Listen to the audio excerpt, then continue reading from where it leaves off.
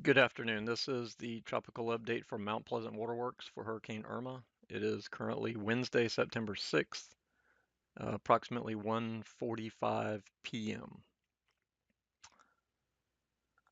All right, so the latest on Tropical Storm Irma, this is the 11 a.m.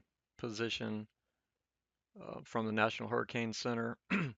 Storm remains at about 185 miles per hour. Still a extremely impressive Category 5 storm. This is the current location as of 11 a.m.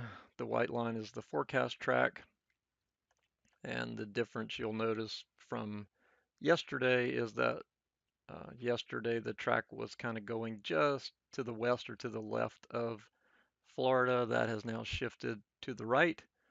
The official forecast has it just grazing the southeast coast of Florida between Sunday, uh, during the day Sunday, before prior to Monday morning. So what happened, the reason for that shift, I think, if we look at the model, the hurricane model track runs, and again, this isn't all of them, but some of the more reliable ones. Many of them yesterday were either over Florida or over the west coast of Florida, with some being over here on the east or right side of Florida.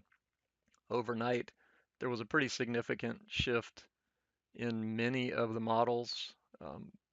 With all the ones that were west of Florida have shifted now to being east of Florida.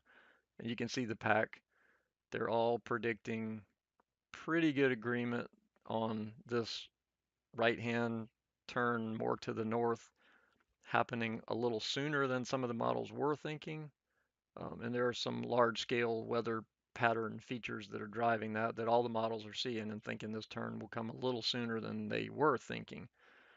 So a pretty good cluster of models here thinking that the eye of the storm, and remember that each of these tracks only represents the eye or the center of the storm. And you can see here as it exists right now, the yellow ring is the tropical storm force wind field. So be careful of focusing on one single line. Remember, the storm is much, much bigger than that. But the center tracks are in pretty good agreement that it will either miss Florida completely or just barely skirt by the coast of Florida and then move more or less north. And then there begins to be a little bit of divergence or disagreement in where it goes after that. So we've got one cluster of models here that are at the moment favoring somewhere southern South Carolina to northern Georgia, somewhere in that area.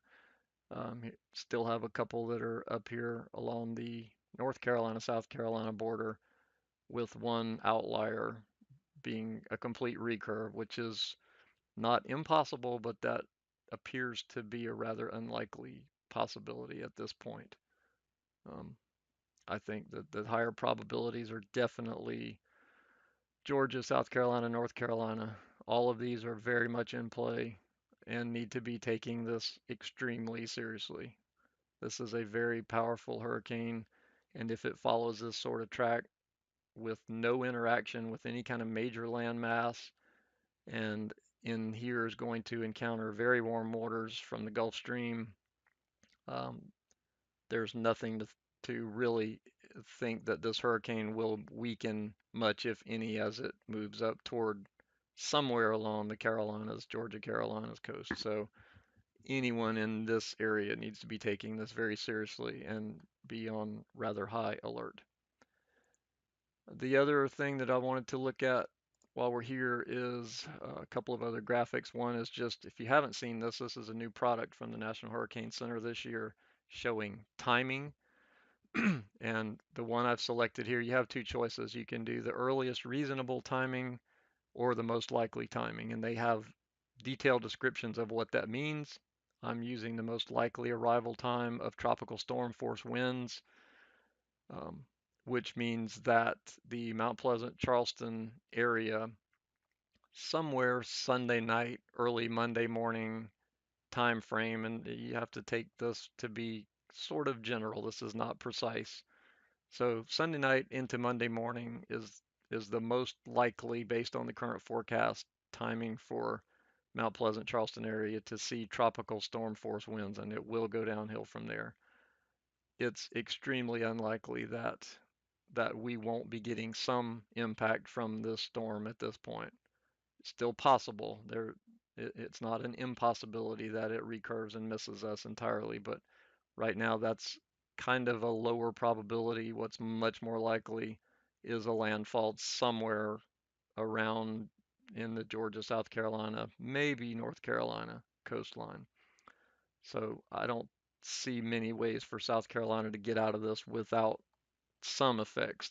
The huge question is just how bad will it be from the storm brushing by and us maybe just getting tropical storm conditions to potentially a Category 4 full force landfall. So it's just wait and see.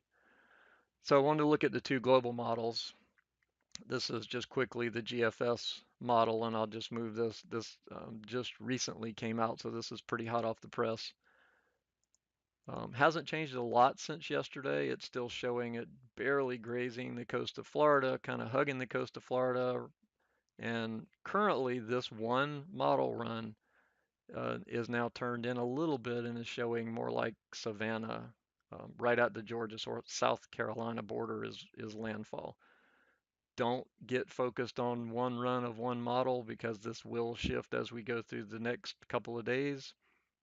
But this particular model has just been very persistent on something like this, coming very close to Florida and then landfall somewhere up here. It keeps wiggling back and forth on exactly where, but it's pretty well determined that this is the scenario it likes. The other major global model is the European, so we'll look at it. And remember, this one jumps in 24-hour increments, so every step is a lot faster. So it comes very much agreement with the GFS at this point. Does the right hand north turn, barely skirts by Florida, and again now looks to be headed more toward kind of Beaufort Hilton Head as the center of the eye. So where the GFS was slightly uh, south and east or south and west of that, more toward Savannah. So right now these two are in pretty good agreement. Um, Several of the hurricane models tend to agree basically with this kind of approach. So there is some confidence and some consensus among the models on that or something similar to that. We're still 5, 6-ish plus days out, so these will change. The question is just how much they're going to change. So that's it for now. I won't keep you long today. Just wanted to give you a quick update. And if you're anywhere along here, pay attention, be making your plans, be ready for potentially very powerful hurricane impacting you. So that's it for today. Stay safe.